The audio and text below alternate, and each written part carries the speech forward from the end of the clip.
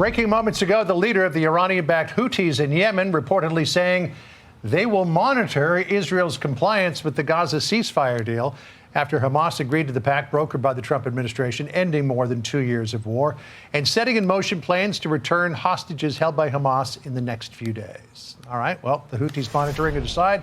Our next guests have a combined 6 decades of experience reporting in the Middle East. Let's bring in our senior correspondent, Benjamin Hall, our chief foreign correspondent, Trey Yingst, and chief national security correspondent, Jennifer Griffin.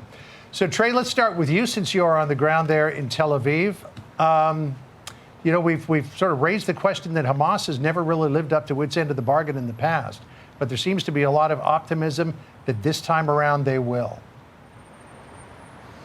Yeah, John, absolutely. It's cautious optimism. We do understand that the Israeli cabinet just concluded their initial meeting. They will now expand to a larger meeting where they will vote on this peace plan that was presented and ultimately signed in Egypt.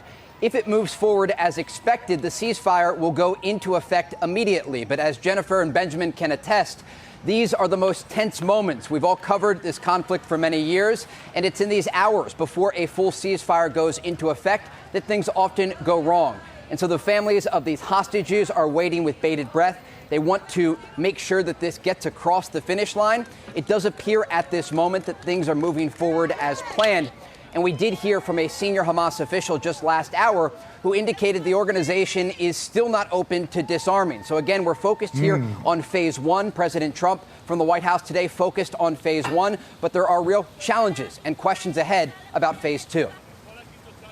Benjamin, if you game it out and phase one goes according to President Trump and Benjamin Netanyahu's plan, what does phase two look like and when could it potentially start? Well, it's really interesting because, of course, phase one involves giving the hostages back, releasing the hostages, and it involves Israel pulling back to the blue line, which means it could control 53% of Gaza. But once Hamas has given over and handed back the hostages, then it loses its leverage. It's terrible to say so, but that's how it sees the hostages.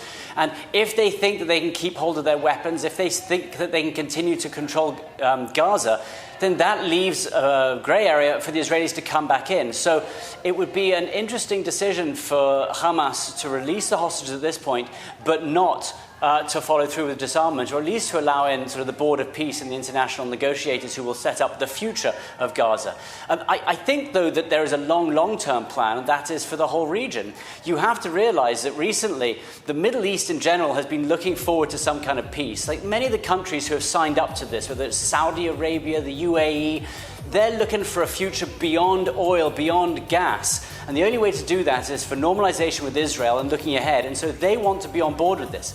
Israel, meanwhile, has gotten rid of the bad players. Iran, Hamas, Hezbollah, the Houthis, it's got them on their knees, which means that there is a movement right now moving in the direction of regional peace, which we haven't seen. And that means all those other countries are going to be pushing Hamas as hard as they can. So Hamas might give up their leverage right now, but all the other countries in the region are going to be pushing them to head into phase two. And that's why there is optimism at the moment, that Hamas must be listening to Turkey, Qatar, who have been hosting them, and realizing that this is their one shot, or the Israelis are going to go in and effectively finish the job and take over all of Gaza. But Jennifer, Trey raises a very important point that Hamas so far has not been favorably disposed to disarming in phase two. And then you've got to start gaming it out that if they want to hang on to their weapons, they want to hang on to some shred of power, that opens up the whole idea, as Benjamin was pointing out, of Israel going in with the full support of the United States to obliterate Hamas once and for all.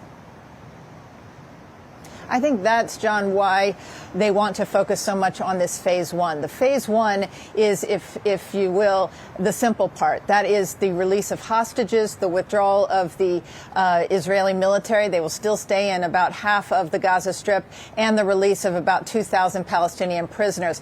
Not many statements, public statements, have been made by Israeli ministers or Palestinian or Hamas leaders since the agreement last night. We had an exclusive, and really what I can tell you is the only interview on camera with the Israeli foreign minister. It's the only minister who has spoken about the current agreement. He was heading into that crucial security cabinet meeting. Here's what he told me. Is this the end to the war in Gaza? Well, this is the implementation of the first phase. We don't have any intention to renew the war. We will first have a ceasefire. Immediately after the decision will be approved by the government, there will be a ceasefire. And then the commitment within 72 hours of Hamas to release all the hostages. I believe that that should bring the end to this war. So what will happen in 24 hours, you will see the 72-hour clock begin, and that's when the hostages are supposed to be released, which would be on Monday. But things are very delicate right now. You have Jared Kushner and Steve Witkoff here in Israel. They're meeting with the president of Israel. They're going to be trying to keep their arms around this very delicate period over the next 4 days. President Trump is supposed to travel here on Sunday to address the Knesset. Domestically, the Israelis and the Palestinians have to say certain things to their domestic populations that may not actually be part of the agreement. It is unusual to have the hostage release up front, and that is what is different this time. I do believe that all of the live hostages, the 20, will be released on Monday, but already Hamas is saying they may not know where all the 28 dead hostages are, and that could be a real sticking point, John. All right. Well, fingers crossed that all of this will come off as scheduled. Jennifer, Trey, Benjamin, thanks for joining us. Great work that you've done over these past couple of years. Really appreciate it. Thanks to all of you. Hey, Sean Hannity here. Hey, click here to subscribe to Fox News YouTube page and catch our hottest interviews and most compelling analysis. You will not get it anywhere else.